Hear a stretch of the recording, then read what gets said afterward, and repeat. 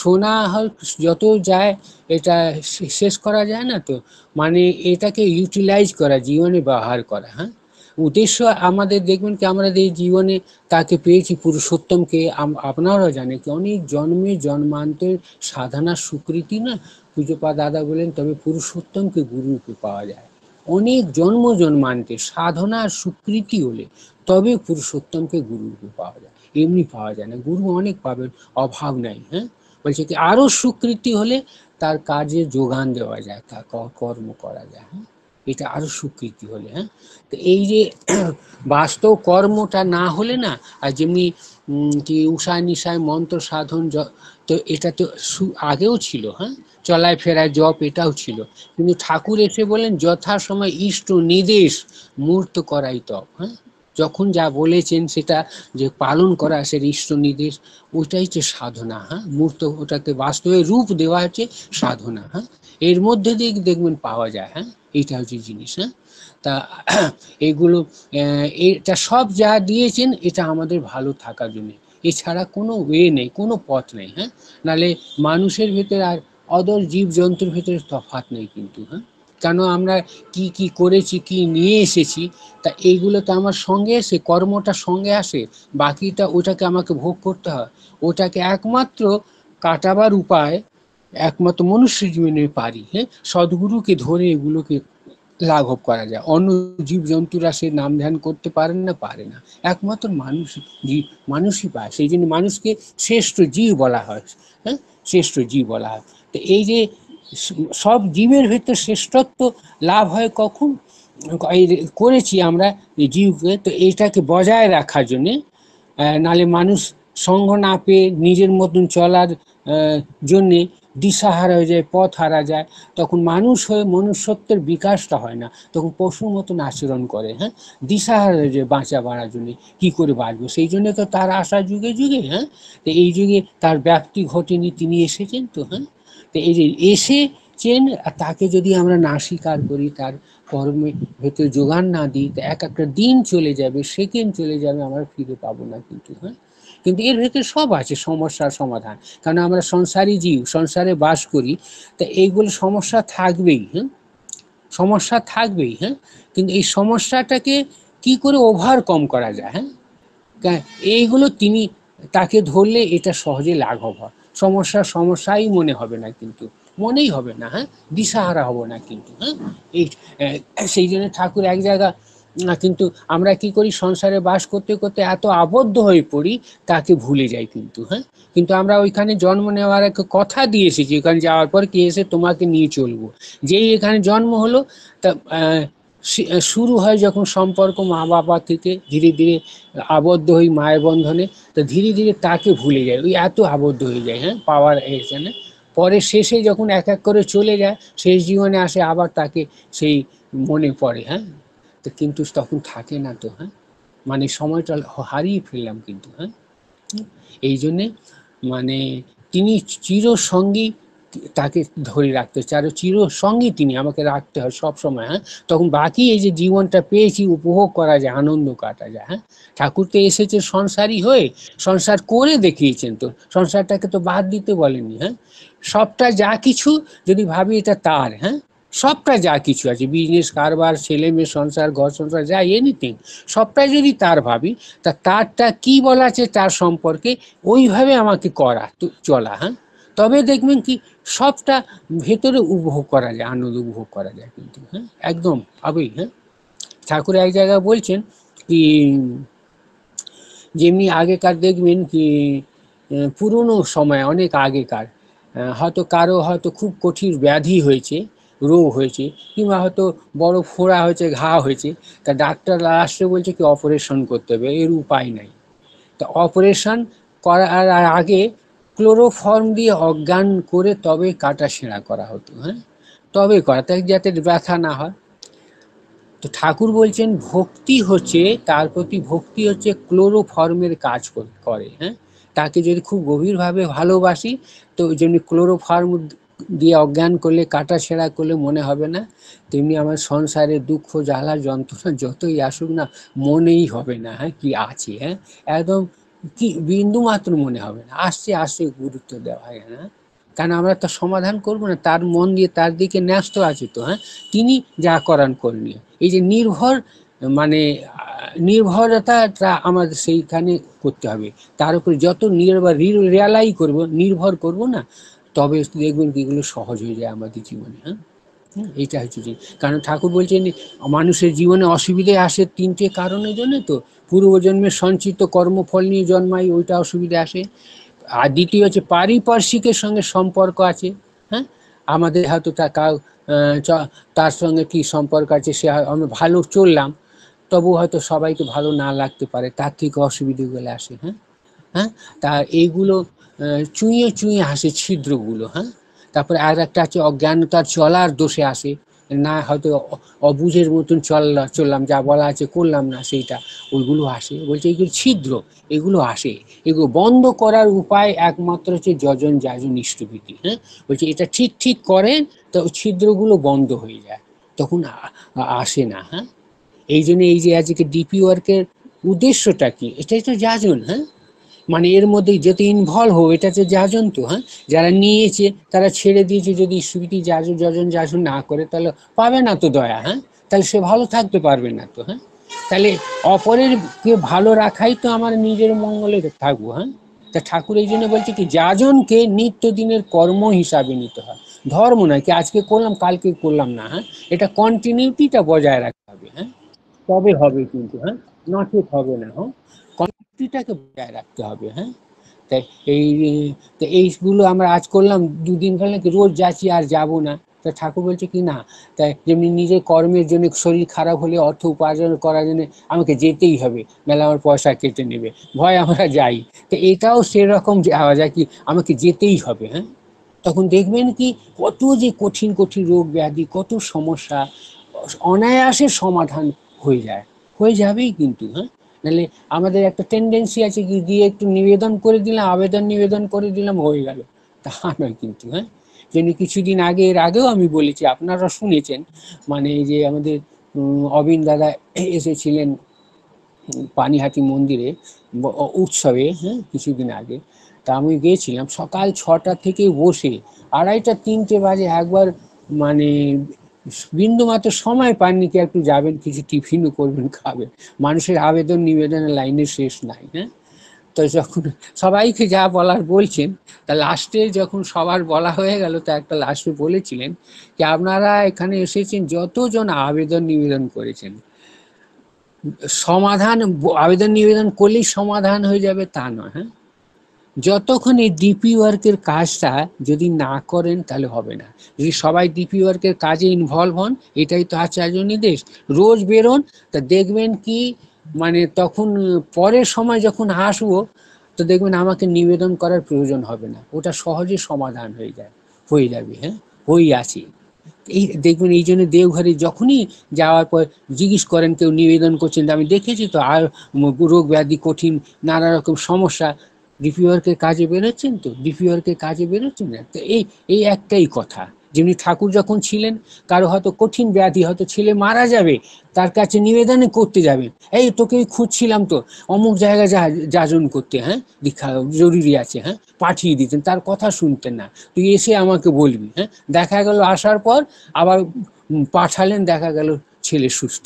তার মানে কি, এই যে বাস্তব কর্মের ভিতরে সুস্থতা লাভ হবে। তা আমাকে পথ তো দিয়েছেন। হ্যাঁ, আমরা কি করি না, বেশিরভাগ ঠাকুরের কথা কিংবা আচার্যের কথা তিনি যা বলেন, আমার মনের মতন যেটা হয় সেটা করি, আর মনের মতন যেটা হলো না করি না, এটা করি টেন্ডেন্সি আমাদের। হ্যাঁ, তাহলে এটা ভালোবাসা নয় কিন্তু তার প্রতি। হ্যাঁ, তার কথা হয়তো আমার মনের মতন কোনোটাই যদি না হয়, ঠাকুরের কথা হোক আচার্যদেবের কথা আমার মনের মতন নাই হলো, কিন্তু তিনি বলেছেন আমি করব। হ্যাঁ, তিনি বলেছেন আমি করব, এইটাই যে প্রকৃত ভালোবাসা। হ্যাঁ, তাকে ভালোবাসার লক্ষণ। হ্যাঁ, তিনি বলেছেন করব। হ্যাঁ, এটাই হচ্ছে প্রকৃত ভালোবাসা। হ্যাঁ, এই জন্য এক জায়গায় ঠাকুর দি মেসেজ বইটাতে বলছেন না, লেখা আছে, আপনারাও জানেন কি, love alone can control everything of life. Because it is the elixir of existence.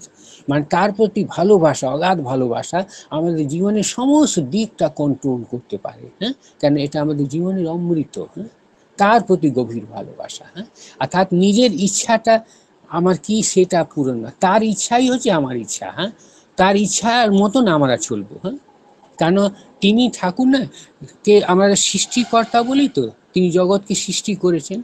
আর ওর ভেতরে আমরা মানুষ জীব, সমস্ত জীবের প্রতি মনুষ্য জীবন শ্রেষ্ঠ জীব। তা আমরাও সৃষ্টিকর্তা নিজের জীবনে, আমরা নিজের জীবনের সৃষ্টিকর্তা কিন্তু আমরা নিজে। হ্যাঁ, তাহলে আর কেন কি নিজের জীবনে আমরা সৃষ্টিকর্তা? কেন একটা ঠাকুর আমাদেরকে দিয়েছেন ফ্রি, মানে স্বাধীন, ইচ্ছাটা স্বাধীন দিয়েছেন। ঠাকুর হচ্ছে মানুষের সব ইচ্ছাটা, সব জিনিসটা আমার কাছে রেখেছি, কিন্তু একটা মানুষের কাছে দিয়েছে সেই ইচ্ছা।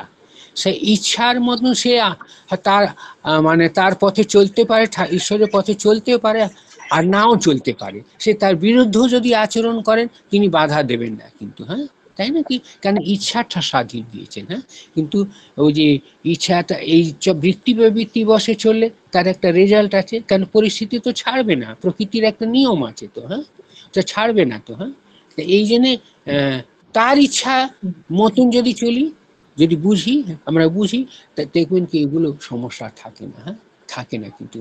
আর আমাদের দেখবেন কি এই যে মাথা আছে না, ব্রেন আছে, একটা না একটা কিছু নিয়ে ভাবে, সব সময় ভাববে, ব্ল্যাঙ্কস থাকে না। হ্যাঁ, চিন্তা থাকে। তাই এই মাথাটাকে পজিটিভ চিন্তা দিয়ে যদি সবসময় পূরণ করে রাখি, অর্থাৎ তার চিন্তা নিয়ে ব্যপ্ত থাকি, সব কাজের ভিতর চার চিন্তা, কোথায় কি করলে কি হবে, কি বলেছেন, কোথায় যেতে হবে, এইটা সবসময় তার চিন্তা নিয়ে থাকি, তখন নেগেটিভ চিন্তাটা আমাদের আসবে না।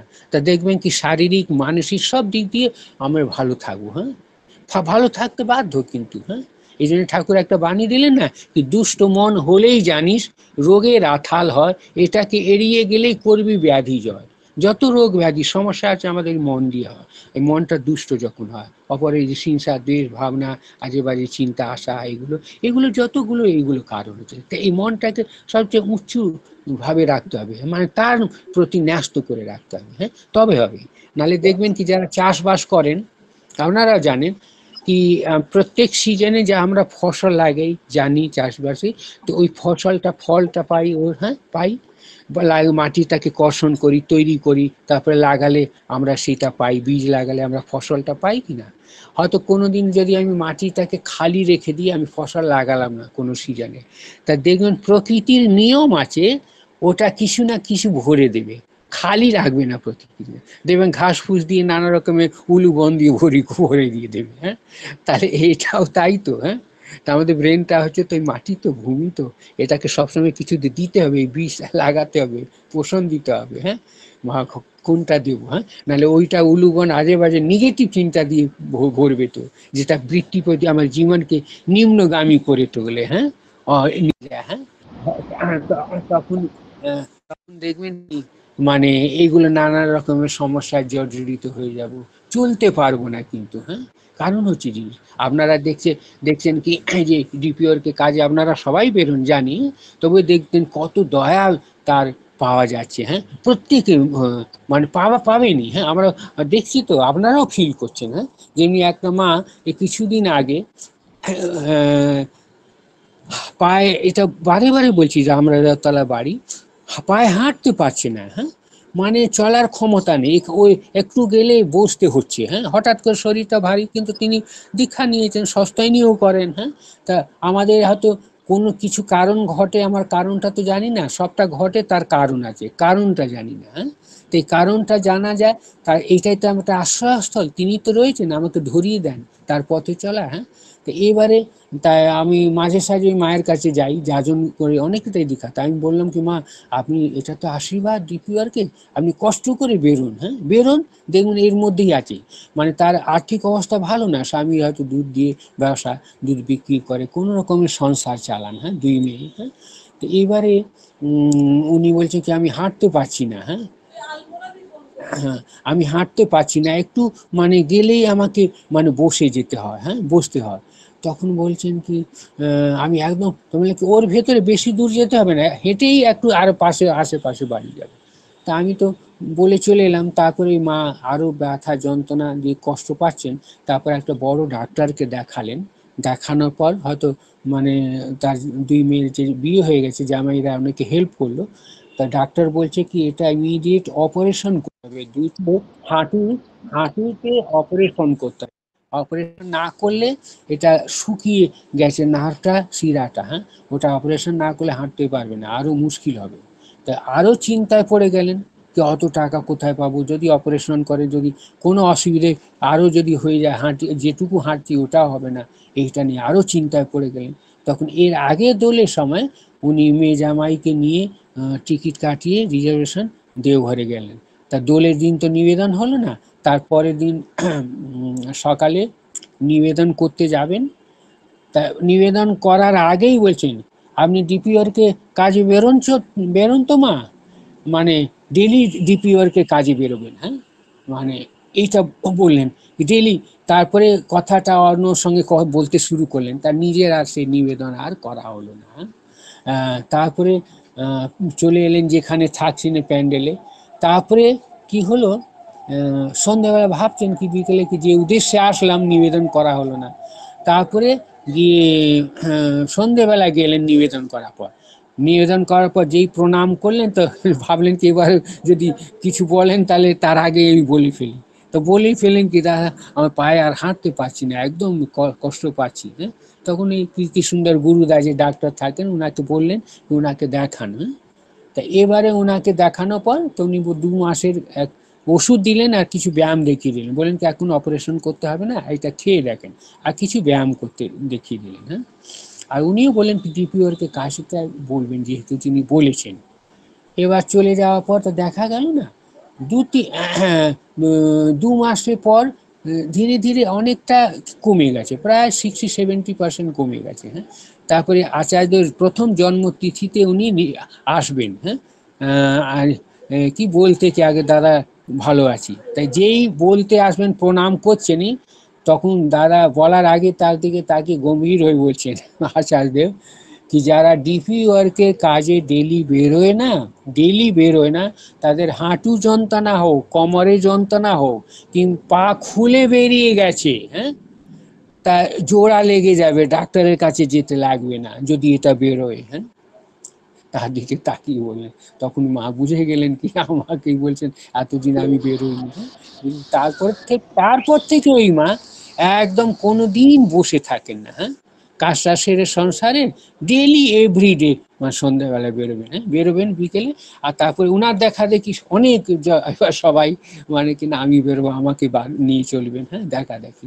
তাহলে নিজে না হয়ে উঠলে হওয়ানো যায় না। হ্যাঁ, নিজে হয়ে উঠতে হবে না, তবে হওয়াতে পারবো। নিজে না করলে আমি বলতেও পারবো না। হ্যাঁ, তাই নিজে আগে করতে হবে না, তাই নিজে করে করাতে হবে। হ্যাঁ, এইটাই আমাদের সাধনা, এইটাই পাওয়া। হ্যাঁ, এই জন্যে কতদিন আগে যখন আচার্যদেব হননি, বর্তমান আচার্যদেব, তা একবার ওনার বন্ধু বান্ধবরা বলছে না কি দাদা ঠাকুরের তো অনেক বাণী আছে, অনেক বই আছে, অনেক কথাগুলো আছে, কোন কথাগুলো বইটা পড়বো, কোন, তা অনেক তো বই আছে, কোনটা পালন করবো। তা তিনি সহজ করে বলেছিলেন, তখন তিনি আচার্যদেব হননি, কি যারা আচার্যকে খুশি করে চলে, কিসে তিনি তৃপ্তি পান, মানুষ ওই দিকে লক্ষ্য রেখে চলে, তা ওটা যদি করে, তো এই করাই হচ্ছে সাধনা, এর থেকে বড় সাধনা নেই, তপস্যা নেই। হ্যাঁ, এই যে মূল জিনিসটা বলে দিয়েছেন। হ্যাঁ, তাই নাকি? তা আমি তো হয়তো বই পড়লাম, বই জ্ঞানটা লাভ হলো। হ্যাঁ, কিন্তু বাস্তবে রূপ যদি না দিতে হবে কি,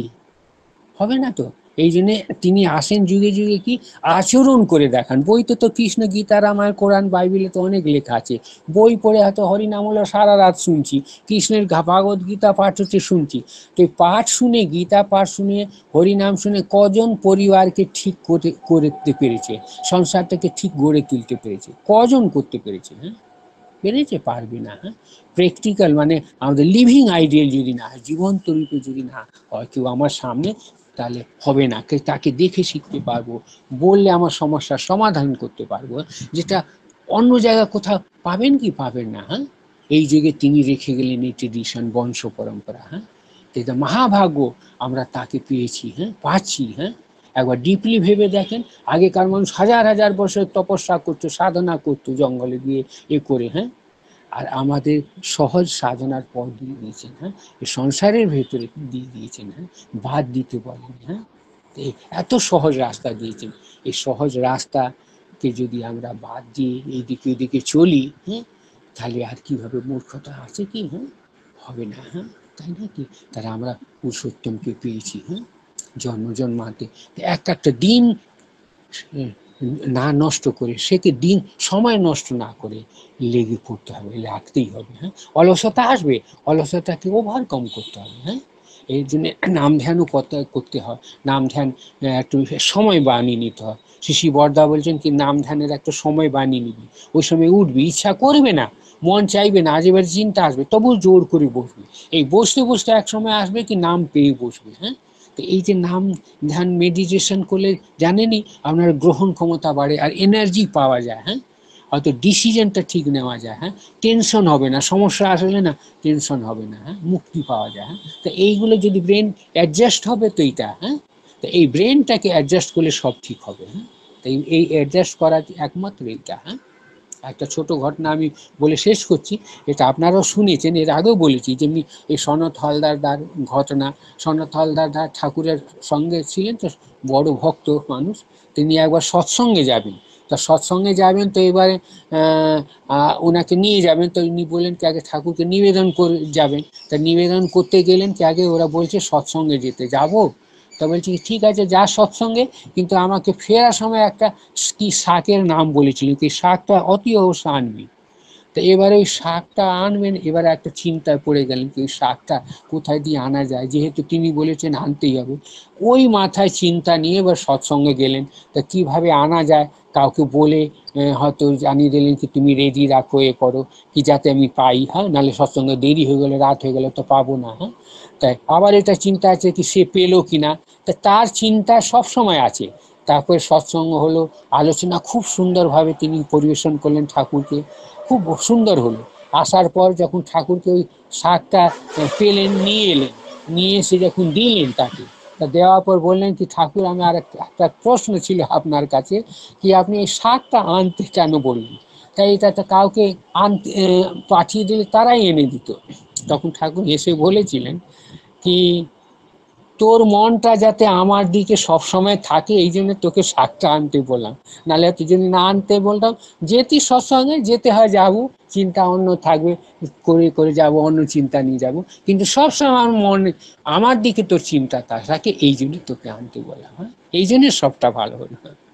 এইটা মূল জিনিস হচ্ছে কি আমি সংসার ধর্ম করি, কারবার করি, বিজনেস করি, যাই করি না কারণ সবটা মনটা তার ভিতরে ন্যস্ত রাখতে হবে। হ্যাঁ, তখন দেখবেন আমার এত জীবনের উপভোগ আনন্দ করা যায় না, কি আনন্দ রাখার জায়গা পাবেন না। সত্যি তাই। হ্যাঁ, রাখার জায়গা পাওয়া যায় না। হ্যাঁ, এই জন্য আমাদের এই যে আচার্য নির্দেশ মাস্ট পালন করতে হয়। নাহলে আচার্যকে যদি বাদ দিই, আচার্যের কথা যদি না মানি, আচার্যকে তিনি পুরো পরিপূরণ করেন যে অবিন্দ দাদা আছে, তার সঙ্গ না করি, তার কথা না মেনে চলি না, তা ঠাকুর ফটো ঠাকুর হয়ে যাবে, ক্যালেন্ডারে ঠাকুর হয়ে যাবে। শুধু ওই বই পড়ে, বই রেলে হরি বই, একটা ঠাকুরের বাণী আছে না, বই পড়ে তুই হলি রে বই, বইয়ের নিদান তুই মানলি না। হ্যাঁ, তিনি যে দেখিয়ে দিলেন আমাদেরকে, তার কথাই যদি না মানি তাহলে হবে না, তো তার ঠাকুরকে ফিল করা যাবে না। হ্যাঁ, কেন তার ভেতরে তিনি জীবন্ত হয়ে রয়েছেন। হ্যাঁ, এই যে ওই জন্য তার কথাগুলো পালন মানে ইষ্ট নির্দেশ, ওইটাই ইষ্ট নির্দেশ, আচার্য নির্দেশ হয়ে ইষ্ট নির্দেশ। হ্যাঁ, এইটা হচ্ছে জিনিস, এই করাই হচ্ছে সাধনা। এই কর্মের ভেতরে করতে করতেও দেখবেন হবে। হ্যাঁ, কেন ঠাকুর আচার্য বলছেন কি সৎসঙ্গীদের কোনো বয়স হয় না। আমরা ভাবি কি এত বয়স হয়ে গেছে পারবো বা পারবো না, মানে সৎসঙ্গীদের কোনোদিন বয়স হয় না। বয়স এটা একটা সংখ্যা মাত্র, সংখ্যা মাত্র। হ্যাঁ, ভাবতে কি সংখ্যা, মনটা তো মনটাকে তো উৎফুল্ল রাখেন, সত্তা কোনোদিন পুরনো হয় না। হ্যাঁ, একই। হ্যাঁ, তাহলে আবার কি আনন্দে থাকবো। হ্যাঁ, তাকে নিয়ে সবসময় ভাববো কি আমি পাল্লা দিয়ে ইয়ংদের সঙ্গে বেরোবো। হ্যাঁ, সব দেখবেন কি আনন্দে থাকা যায়, চির আনন্দে থাকা যায়। দেখবেন কত রোগ ব্যাধি আদিবাদী চলে যাচ্ছে, পালিয়ে যাচ্ছে, কল্পনা করা যায় না। সময় নেই তো, আমি দেখেছি তো ক্যান্সার রুগীও মানে সেরে যাবে। আর চ্যালেঞ্জ করে বলছি যদি এটা কাজে সারেন, আমি দেখেছি, এটা প্র্যাকটিক্যাল কথা। হ্যাঁ, একদম। হ্যাঁ, এর ভেতরে সব লুকিয়ে আছে সমস্যার সমাধান। এটা হচ্ছে জিনিস। হ্যাঁ, আর সময় হয়ে গেছে, তা আমরা যারা শুনছি, যারা এসেছি, তা আমরা সবাই যে উদ্দেশ্যে যিনি সৎসঙ্গ দিয়েছেন ঠাকুরের কাছে প্রার্থনা করব, তারা একটা আরোগ্য জীবন লাভ করে, সুস্থ জীবন লাভ করে। আর যারা আসেননি তাদের জন্য আমরা সবাই ঠাকুরের কাছে প্রার্থনা করব, সবাই ভালো থাকেন, সুস্থ থাকেন। এই বলে আমি শেষ করছি। জয় গুরু।